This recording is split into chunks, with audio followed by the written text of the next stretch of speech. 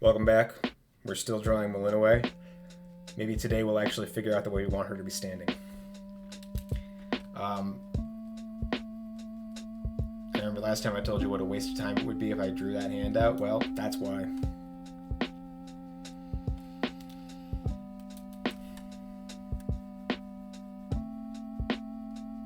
So I got these artifacts like all over the canvas now.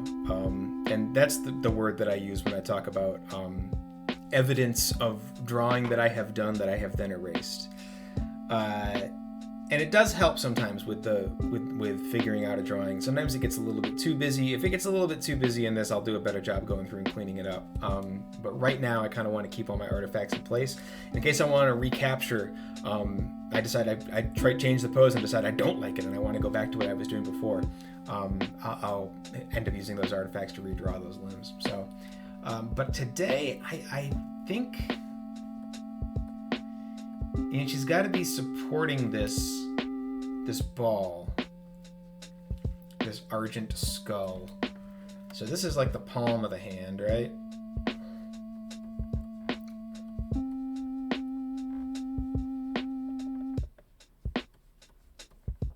Even that, I'm not crazy about it.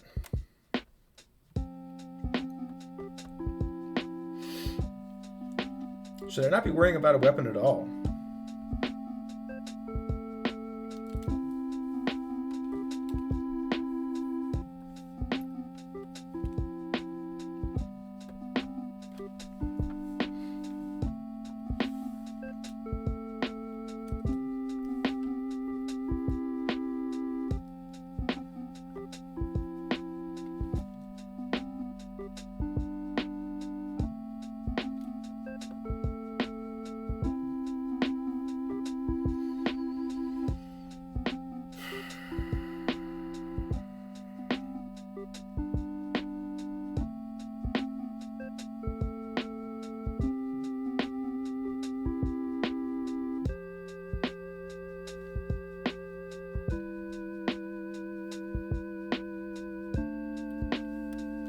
You know, the thing that I most want to bring across in this is the character, right?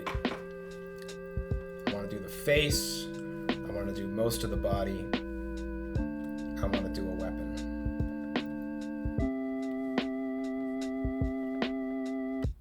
And I want to show that she's a witch. And it's almost like, what if she had it like she was palming a basketball?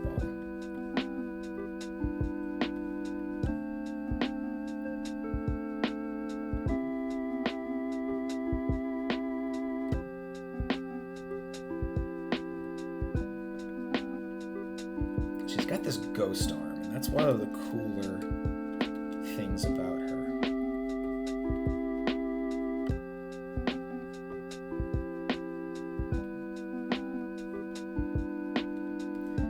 So if we did it like this, and we have the skull down here. Oh, I'm starting to like this. I'm starting to like this. That's not how muscles work. We'll worry about that later. Yeah, we may have stumbled onto something here.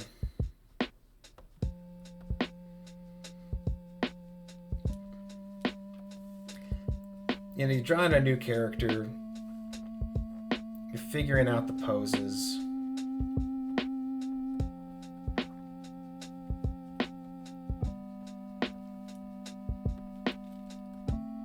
I don't want to get too nuts with it, you know?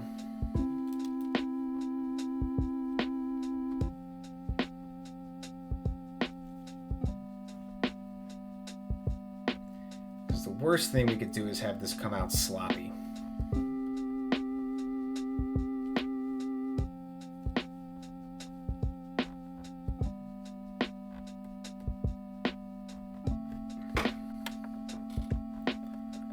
Thinking about that torso. Like the midsection here.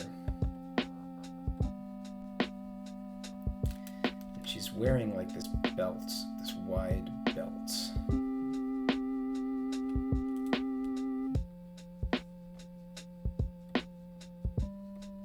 And I tend to abbreviate the midsection when I'm drawing my figures.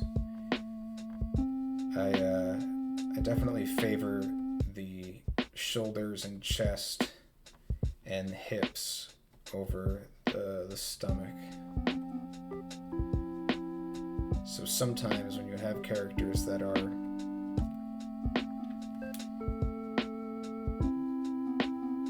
have details on the midsection, they can look squished when I draw them. So I gotta be careful of that.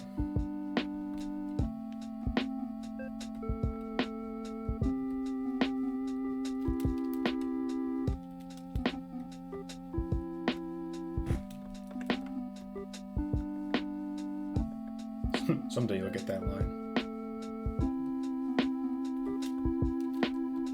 I like stylization. I like exaggerated features. So I really want to get that line of the hip to bump out.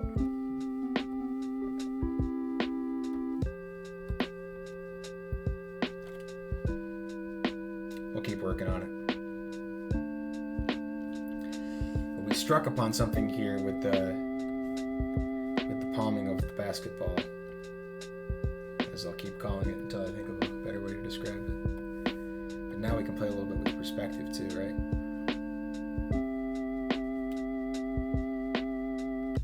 So keeping an eye and a mind towards composition,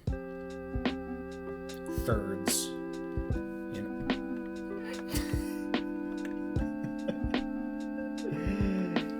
Thirds, roughly, and so I'm moving the drawing around, which is obviously a great benefit of being able to use digital tools, being able to resize things and move them around. When I'm finished with this, at some point, you know, my point of focus is going to end up being at one of these 4 dots somewhere along the line. So probably going to have this ball and the head at opposite corners as kind of the focal points of those areas. So we can blow this up a little bit to kind of meet that. You know, that's kind of going to be the composition. So the figure is going to change and reposition as we do this, but you know, probably the weapon and the head are going to end up roughly in those 2 spots.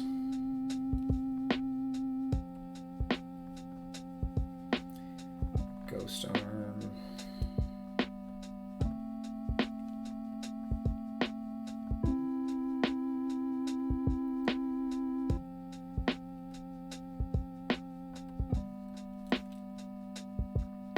I was trying to build her like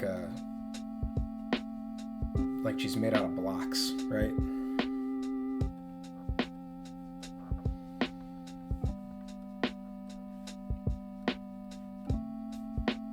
Kind of imagine that she's made of 3D shapes.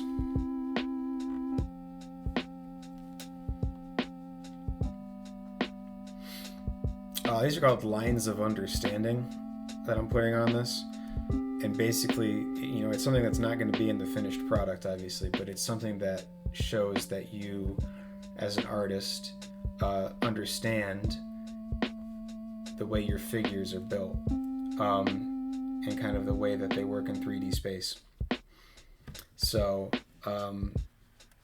when I was learning anatomy drawing, this was something that was introduced to me, and it's like if you start drawing a line at the top of the shoulder and bring that line all the way down to the floor, or to the lowest point you're drawing, you know, how is it going to contour to the imagined proportions of the character? And that one I drew there actually wasn't that good, but you get the idea, right? Demonstrate that you understand that your figure exists in an imaginary 3D space, even though it's only a 2D representation. Alright, this hair is going to be really cool. I love the way Supergiant draws hair. Supergiant. The Supergiant team. The fantastic artists on the team at Supergiant. Human artists making really cool art. It's important to support independent developers. It's important to support independent artists, because if you don't, you won't have art anymore eventually.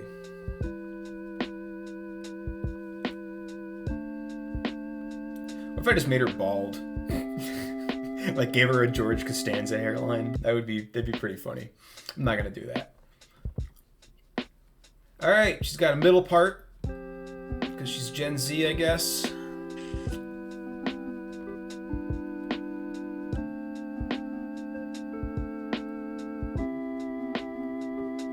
Something I've been learning about my characters as I draw more and more is that I don't make their heads big enough, right? So I'm trying to get better at that. And it's like the face is such a small portion of what's actually on the head. And I think we get confused, right? Because you look at somebody, you look at a person, you look at their face and you say, oh, the face is like the most important thing on the head. So it almost like it takes on a larger size in your mind because of its importance to the head. But in like actual physical dimension, it's a relatively small thing in the grand scheme of the head. Now, she didn't have a neck yet. She got a long neck.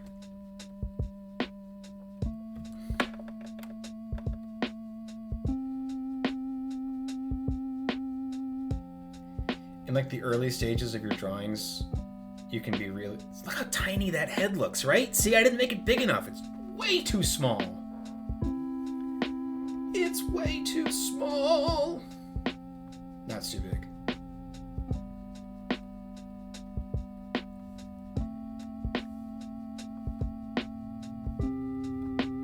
You at least got to make it, you know, and again, representational. So we're not... Sometimes your hands are going to be bigger than your head. But roughly, you know, here's your rule of thumb. Your hand should be able to cover over the face.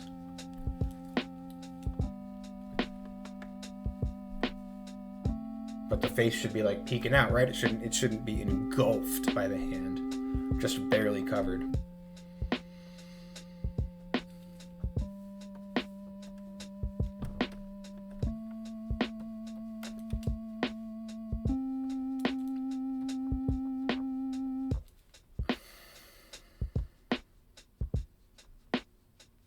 I want wider shoulders.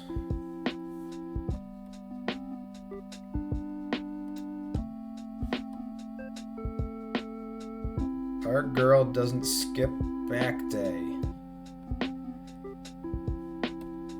She is broad-shouldered.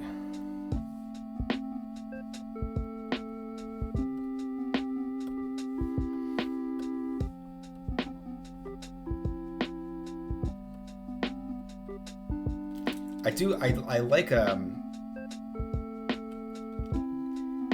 you're trying to suggest strength in a character.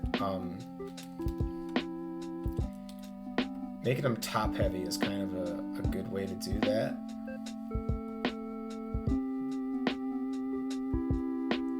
Think about like Donkey Kong, real like, I mean that's an extreme example, right? It's a little more subtle here, but like you can tell that she's just kind of the way that she carries herself and the way that she's built. You can tell that she's like a strong character.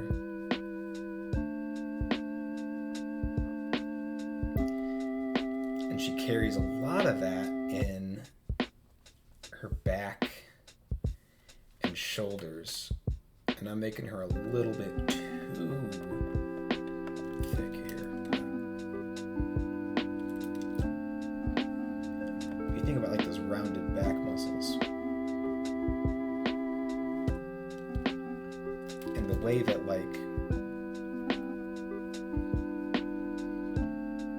the muscles in the chest sit. And kind of get that, right?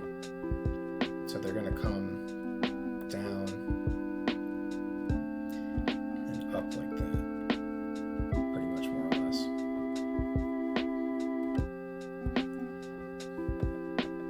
And you get like the abdominals in here.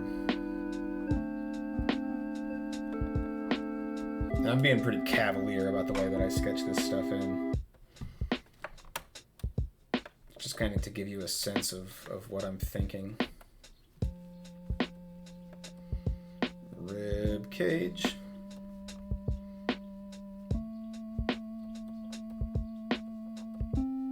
This like interplay between the chest muscle and the shoulder muscle is, you know, it gives you that underarm area.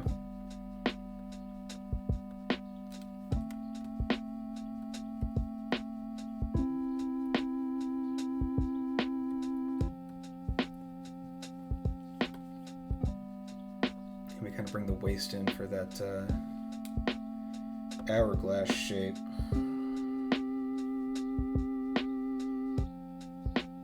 I think I gotta make her torso a little longer.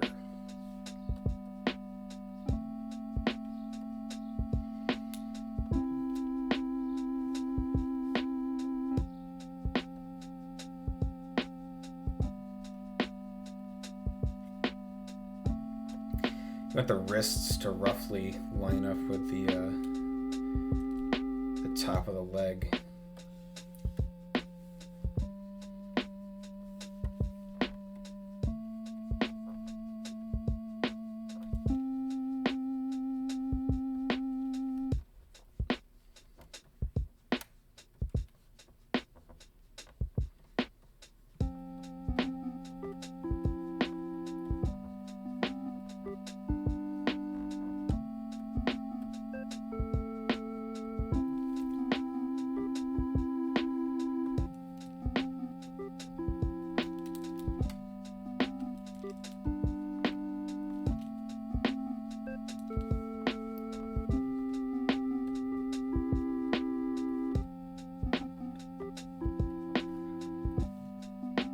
She's kind of always got like a determined, angry face. My favorite face of the faces is the determined, angry face. Based an entire comic series around it, pretty much, more or less.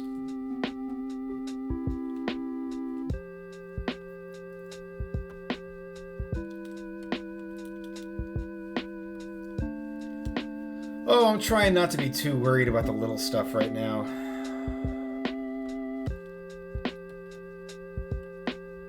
It's so easy, and I'm working on the face right now, which is like, oh no, I can stay here forever if I'm not careful. Just got a big old insignia. Can't forget about that. Worry about it later. But really, I want to block out where the features are, and then I want to get out of here. Because I don't want to waste too much time worrying about the details right now. I need to be thinking about the big picture. I need to be thinking about the whole drawing. And if I get too caught up in what her face looks like, I'm going to waste a lot of time. That's a mouth. Lower lip. Good enough. Get out. It's not perfect. It's not final. It's not what we want. But representational. Ear. Got nice standout ears. I like that. Excuse me. I like it when characters look unique. And you can look at them and you can kind of instantly tell, you know, the general sense of the character.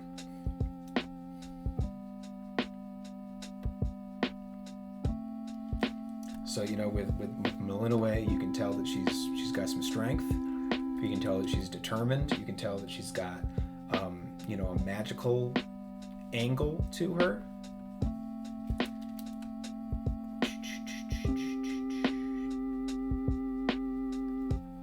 Willowy too, in a sense. Flexible.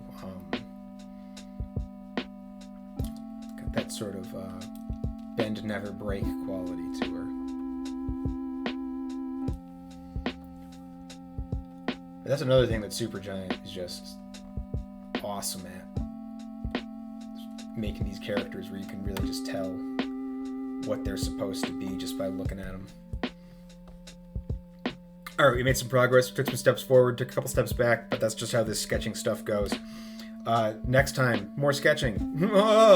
You'll never guess. You'll never guess. All right, thanks for joining me, and we'll see you next time.